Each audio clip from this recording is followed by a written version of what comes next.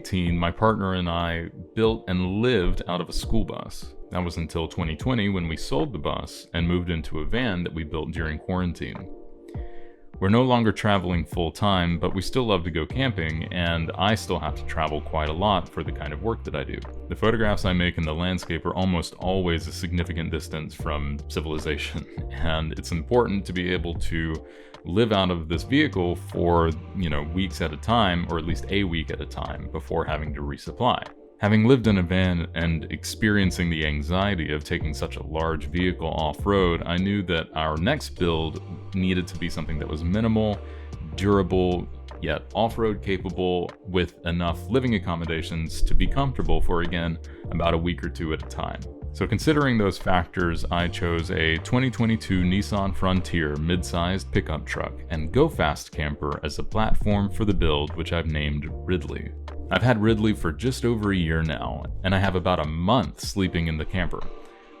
I've taken the truck on 2 significant trips, both almost completely across the country, and I have to say I'm extremely happy with the Frontier and its comfort level.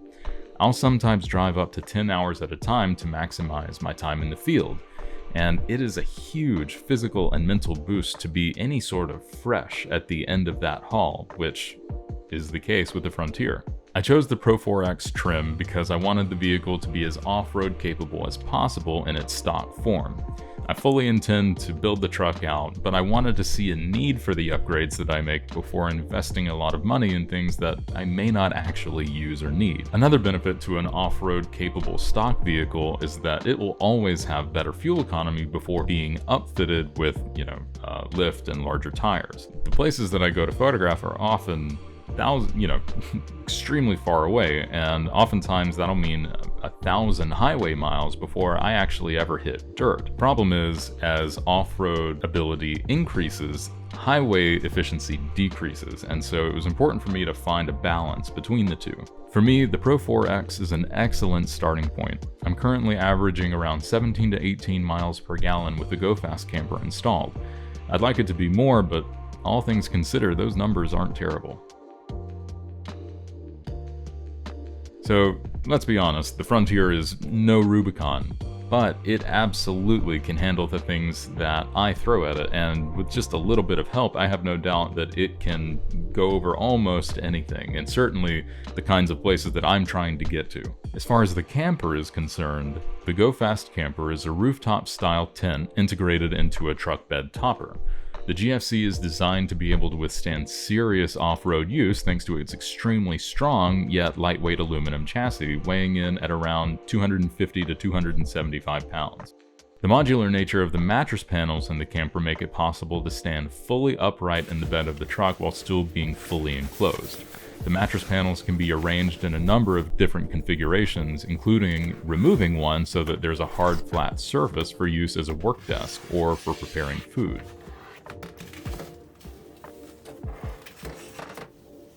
The mattresses are designed to be thin so that the camper can be as low profile as possible. That said, the mattresses were a little too thin for me as a side sleeper. After some research, I found a small company based in Colorado called Overland Soft Goods that sells custom fitted sheets along with a 1-inch mattress topper specifically designed for Go Fast campers. I spoke with Scott, one of the owners, and he sent me one of their washable fitted sheets and mattress topper combos. I'm really happy to say that the sheets look good and they feel great, and the additional 1-inch topper actually did quite a lot for me sleep-wise. But aside from what I've already mentioned, there's really not a whole lot else to the camper itself. There are the mattresses, which are modular and movable. There is the zipped windows with bug mesh, and the folding side panels, but aside from that, that's kind of it. The benefit to that is that it, again, is lightweight, and it also leaves the truck bed as a truck bed, meaning that you can continue to build it out, or you can continue to use the truck as a truck when you're not actually camping. So as it stands right now, the truck is completely stock except for the camper, the rear seat delete, and our WeBoost. If you don't know what this is, the WeBoost will take a cellular signal from any carrier, and it will amplify it through an antenna that's placed in the cab. It has taken cellular signal that has been unusable for us. Oftentimes we'll be in the middle of nowhere with just a very small amount of signal, and by just flipping a switch, that signal will generally, if there's one to be had, can be amplified so that we can actually use it. We can either take calls or send texts or even browse the internet occasionally. So the WeBoost has been spectacular for us. We've had one on every adventure vehicle that we've had. And we'll continue to have one because for us it's kind of a safety issue, and it's also we often work on the road, and so being able to be connected is pretty important.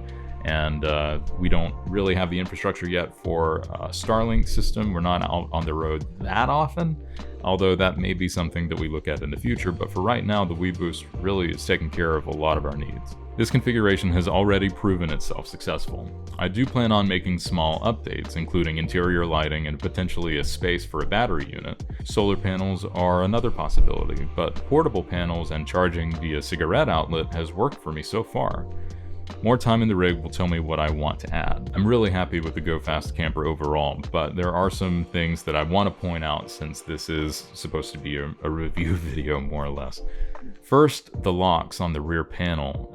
They're really cheap, and if you're driving through sand or dirt or dust, salt for that matter, a lot of crap can get in those little locks. And for me, it was almost, I think, the first trip, the little door that covers the lock itself is stuck open.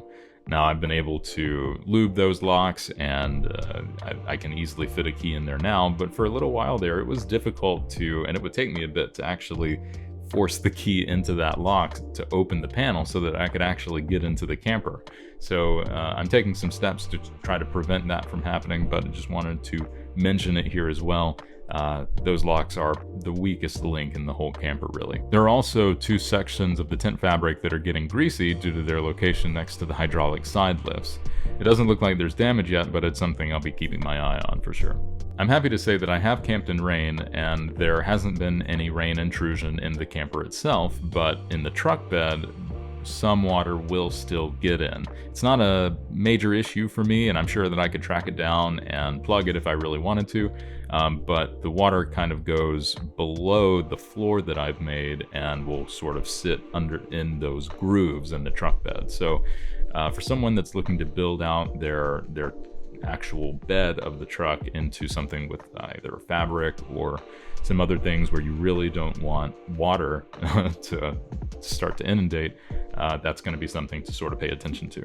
Condensation is another consideration that any single wall tent has to deal with, and the Go Fast camper is no exception. There are some windows to help with ventilation, and it certainly hasn't been a major issue for me. I have seen condensation occur on a few nights, one of which was actually pretty significant, but nothing major and nothing that I couldn't deal with quickly. I am considering installing a max fan at the top. We've used max fans in our previous builds and we really like them, and I think that would do quite a lot to remove any semblance of condensation from happening before it ever starts. Lastly, the aluminum T-slots on the outside edges of the camper can be used to mount just about anything you want, but they can also hold water. So if your rear windows are down after a good rain, there's a chance water will drop into your windows whenever you hit the brakes. In my mind, these issues aren't really anything major. The weight and modular nature of the camper makes for a small yet somehow cavernous living space, considering the 58.8-inch Frontier bed, which is quite small.